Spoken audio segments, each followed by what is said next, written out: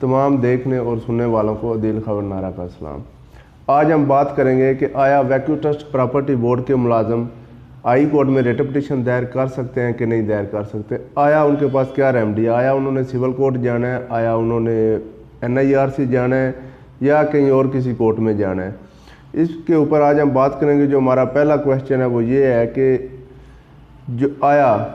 जो एम्प्लॉयज़ हैं वैक्यू trust property board वो हाई कोर्ट में रिट पिटीशन दायर कर सकते हैं कि नहीं दायर कर सकते। इसमें जो सबसे पहली बात है वो हम देखते हैं कि आया वैक्यू ट्रस्ट प्रॉपर्टी बोर्ड का कोई एक्ट है कि नहीं है। वैक्यू ट्रस्ट प्रॉपर्टी बोर्ड का एक्ट 1975 में पास हुआ था और उसका जो पूरा नाम है वो है evacuee trust properties management and disposal act of 1975। इस एक्ट में जो बात उन्होंने मेंशन की थी कि वैक्यू ट्रस्ट प्रॉपर्टी बोर्ड के जो मुलाजमीन हैं आया वो पब्लिक सर्वेंट हैं कि सिविल सर्वेंट है। जो इसका सेक्शन 13 है वो बताता है कि जो वैक्यू ट्रस्ट प्रॉपर्टी बोर्ड के मुलाजमीन हैं वो सारे पब्लिक सर्वेंट हैं, जैसा कि PPC में सेक्शन 21 में बताया गया है। उनको वही इख्तियारात और वही प्रिविलेजेस मिलेंगी। अब इसके बाद जो अगला सेक्शन आता है वो आता है सेक्शन 14। सेक्शन 14 में ये बताया गया है कि आया जो लोग हैं, जो लोगों ने वैक्यू ट्रस्ट प्रॉपर्टी बोर्ड के ऊपर केस करना है वो कौन सी कोर्ट में जाएंगे। आया वो सिविल कोर्ट में जा सकते हैं कि नहीं जा सकते।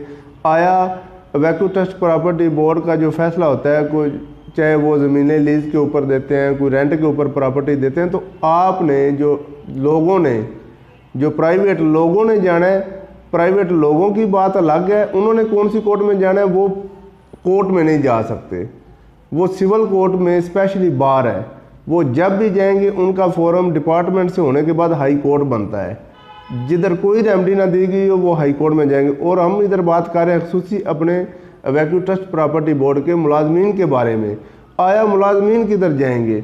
मुलाजमीन के बारे में बताया गया है कि section 28 power to make rules. अब जो रूल्स बनाने हैं वो किसने बनाने हैं, वो रूल्स बनाने होते हैं डिपार्टमेंट ने विद द प्रॉपर जो अप्रूवल होती है, फेडरल गवर्नमेंट की अप्रूवल होती है, उसके बाद उन्होंने रूल्स बनाने होते हैं। आज तक वैक्यू ट्रस्ट प्रॉपर्टी बोर्ड के रूल्स नहीं बने। इसमें स्टैट्यूटरी रूल्स की बात होती है, आज तक रूल्स बने ही नहीं है। इनके रूल्स अडॉप्टेड हैं जिनके तहत ये अपने मुलाजमीन को सजाएं देते हैं, चाहे माइनर पेनल्टी हो चाहे मेजर पेनल्टी हो।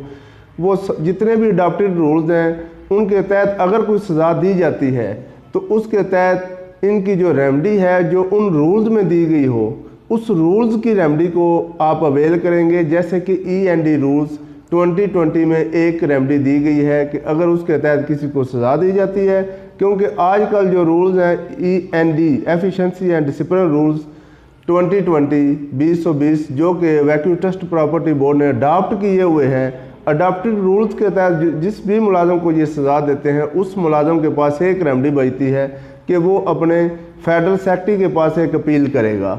और ये जो अपील है, इस अपील के बाद क्योंकि और कोई रेमेडी नहीं, उसके बाद इनका जो डायरेक्ट फोरम आता है वो हाई कोर्ट का आता है। और ये जितने भी गस्टेड ऑफिसर हैं जो ग्रेड 16 और 16 से ऊपर के हैं उनकी रेमेडी तो आती है हाई कोर्ट की, और जो इससे नीचे के हैं ग्रेड 15 और 15 से नीचे की उनकी रेमेडी बनेगी NIRC की, क्योंकि ये लेबर में आते हैं। और जो लेबर कोर्ट होती है जो जिसका काम किसी कारपोरेशन का काम एक सूबे में हो वो लेबर कोर्ट में जाते हैं, ये वर्कमैन की डेफिनेशन में आते हैं। और जिसका काम दूसरे सूबों में भी हो वो वर्कमैन वो नेशनल इंडस्ट्रियल रिलेशनशिप एक्ट 2012 के तहत NIRC में जाएंगे। अब अगली बात आ गई कि सेक्शन 29 में बताया गया पावर टू मेक रूल्स। अब इस डिपार्टमेंट ने 1984 में अपने रूल्स बना लिए। जो रूल्स बनाए हैं वो रूल्स डिपार्टमेंट ने बनाए हैं अपने इंटरनल फेयर्स के लिए। अब उसमें इंटरनल जो फेयर्स हैं इनके उसमें क्या आता है, उसमें रूल्स हैं जो 1984 के रेगुलेशंस बनाए हैं। उस रेगुलेशन में regarding appointments, promotions, conditions of services, pensionary and other benefits in respect of the officers and staff of the board. ये सारे जो रेगुलेशंस हैं ये मुलाजमीन के लिए बनाए गए हैं कि मुलाजमीन को अपॉइंट कैसे किया जाएगा, उनको पेंशनरी बेनिफिट कैसे मिलेंगे, उनकी सर्विस कितनी लंबी चलेगी, उनका जो मामलात हैं ड्यूरिंग सर्विस और सर्विस के बाद वो कैसे चलेंगे। अब जो रेगुलेशंस हैं ये रेगुलेशन भी इन्होंने फेडरल गवर्नमेंट से पास नहीं करवाए, बना तो लिए हैं लेकिन इसमें इनके इंटरनल मामला चल रहे हैं इसके ऊपर, क्योंकि सुप्रीम कोर्ट की जजमेंट भी आ चुकी है तो इसलिए ये इंटरनल है। इसमें भी अपील का हक मुलाजमीन को नहीं दिया गया। अपील का हक जो इनके स्टैट्यूटरी रूल्स होंगे उनके तहत मिलेगा। अब बाद दफ़ा अक्सर कहते हैं इनके जो लीगल लॉ अफसरान आते हैं वो कहते हैं जी अपील का तो हक नहीं है। अपील का हक भाई मेरे उधर होता है जिस जगह, जिस एक्ट के तहत, जिस कानून के तहत, जिन रूल्स के तहत मुलाजम को सज़ा दी जाती है वही रूल और वही जो उसमें रेमडी प्रोवाइडेड होती है वही मुलाजम को मिलती है। अब E&D रूल 2020 के तहत अगर सज़ा दे रहे हैं उसमें जो अपील का हक दिया गया वो ये हक अवेल करेंगे। पहले ये सज़ा देते थे E&D रूल 1974 के तहत, उसमें भी अपील का हक दिया गया था। अपील के बाद जो अगला फोरम आता है वो फोरम हाई कोर्ट का बनता है, रिट का बनता है, क्योंकि उनमें आगे रिवीजन की अथॉरिटी नहीं है, ना पावर है, ना ही उसमें दी गई है। अब उसमें अगली बात ये आती है कि ये पब्लिक सर्वेंट है कि सिविल सर्वेंट है, क्योंकि इसमें ऑलरेडी 2006 में फेडरल सर्विस ट्रिब्यूनल ने भी अपना फैसला दे दिया था, जो कि उन्होंने 11/9/2006 को जितने भी इनके पेंडिंग केसेस थे वो सारे डिपार्टमेंट को वापस भेज दिए थे और मुलाजमीन को कहा था कि आप अपने केसेस इधर से विड्रा कर लें और प्रॉपर फोरम के ऊपर जाएं, क्योंकि आप सिविल सर्वेंट की डेफिनेशन में नहीं आते। और फेडरल सर्विस ट्रिब्यूनल में वो मुलाजम जा सकता है जो सिविल सर्वेंट की डेफिनेशन में आएगा, जो फेडरल का एम्प्लॉई होगा, और जो पब्लिक सर्विस ट्रिब्यूनल में वो मुलाजम जा सकता है जो पंजाब गवर्नमेंट का एम्प्लॉई होगा। आप तो गवर्नमेंट के एम्प्लॉई नहीं हैं, आप तो एक कारपोरेशन के एम्प्लॉई हैं, क्योंकि जो कारपोरेशन है वैक्यू ट्रस्ट प्रॉपर्टी बोर्ड है, ये एक ट्रस्ट बनी हुई है। आपकी जो तनख्वाहें हैं तमाम मुलाजमीन की तनख्वाहें वो फेडरल गवर्नमेंट कभी भी नहीं देती, ना ही आप फेडरल गवर्नमेंट से तनख्वाहें ले रहे हैं। आपकी सारी तनख्वाहें ट्रस्ट खुद पैदा कर रही है, ट्रस्ट खुद जनरेट कर रही है। अगर ट्रस्ट को पैसों की ज़रूरत हो तो वो गवर्नमेंट से खुद ट्रस्ट पैसे लेगी। मुलाजमीन को कभी भी डायरेक्ट जो तनख्वाहें हैं ना ही कभी गवर्नमेंट ने दी है, ना ही कभी गवर्नमेंट देगी।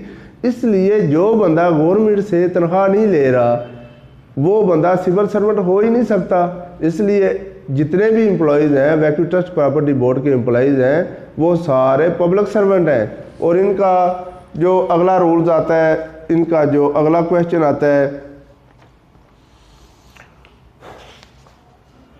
कि whether the evacuee trust property board employees service regulation 1984 और स्टैट्यूटरी रेगुलेशंस आर नॉट, ये क्वेरीज आती रही हैं मेरे पास बार बार, वो मैंने आपको डिटेल के साथ बता दी है कि वैक्यू ट्रस्ट प्रॉपर्टी बोर्ड के जो रूल्स हैं वो स्टैट्यूटरी नहीं है। लिहाजा इनके पास एक ही रेमेडी बचती है कि ये हाई कोर्ट में अपनी रिट दायर करें। और इसके ऊपर ऑनरेबल सुप्रीम कोर्ट की एक जजमेंट आ चुकी है 2013 SCMR 642, सब लोग नोट फरमा लें, 2013 SCMR 642, जिसमें 3 पॉइंट दिए गए हैं आया कि कौन से लोग या कौन से जो स्टैट्यूटरी रूल्स हैं वो स्टैट्यूटरी होते हैं या स्टैट्यूटरी नहीं होते। इसमें 3 पॉइंट उन्होंने बताए हुए हैं।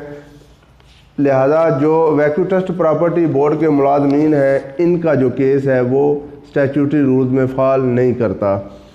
अगली जो क्वेरी आई है वो ये आई है कि whether remedy what remedy is available to the employees of evacuee trust property board to get redress of any grievance regarding service matter.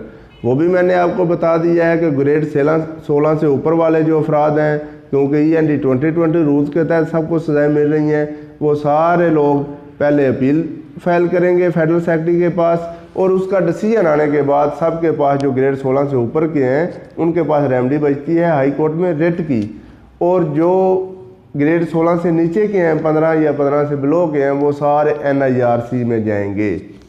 ये भी आपको मैंने क्वेरी क्लियर फरमा दी। अब मेरे ख्याल में जो वैक्यू ट्रस्ट प्रॉपर्टी बोर्ड के मुलाजमीन हैं उनको पता चल गया कि आया उन्होंने रिट में कब जाना है, NIRC में कब जाना है। अब इंशाल्लाह हम अब अगले वीलॉग में बात करेंगे कि जो मियाँ बीवी हैं वैक्यू ट्रस्ट प्रॉपर्टी बोर्ड के, आया वो एक जगह के ऊपर सर्विस कर सकते हैं कि सर्विस नहीं कर सकते, क्योंकि ये भी बात अक्सर आती है सुनने में। इंशाल्लाह हम अगले वीलॉग में बात करेंगे। तमाम देखने और सुनने वालों का शुक्रिया।